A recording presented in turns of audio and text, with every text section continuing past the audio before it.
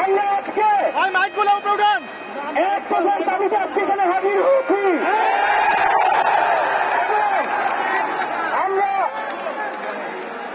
জীবনের নিরাপত্তা, বাংলাদেশের মানুষের জীবনের নিরাপত্তা, সমাজের ন্যায় বিচার প্রতিষ্ঠার জন্য আমরা এক দফার সিদ্ধান্তে উপনীত হয়েছি। এই সরকার কোনোভাবে আর এক মিনিট ক্ষমতায় থাকার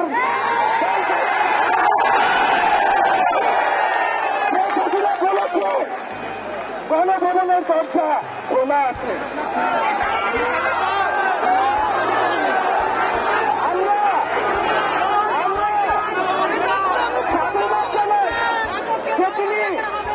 বুঝতে পেরেছে যে গণভবনের দরজা খোলা রাখতে হবে।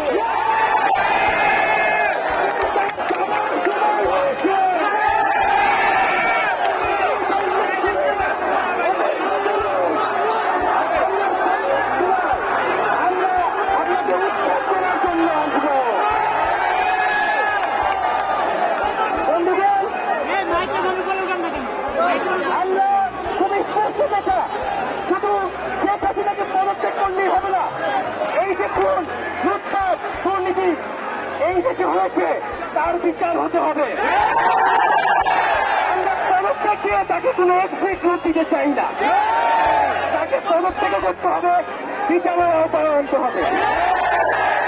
এবং শুধু শেখ হাসিনা নয়, পুরো মন্ত্রী পরিষদ সবাইকে পদত্যাগ করতে হবে। এবং এই যে রেজিম, এই যে জাতীয়তাবাদী শাসন ব্যবস্থা, এটাকে বিরোধ করতে হবে।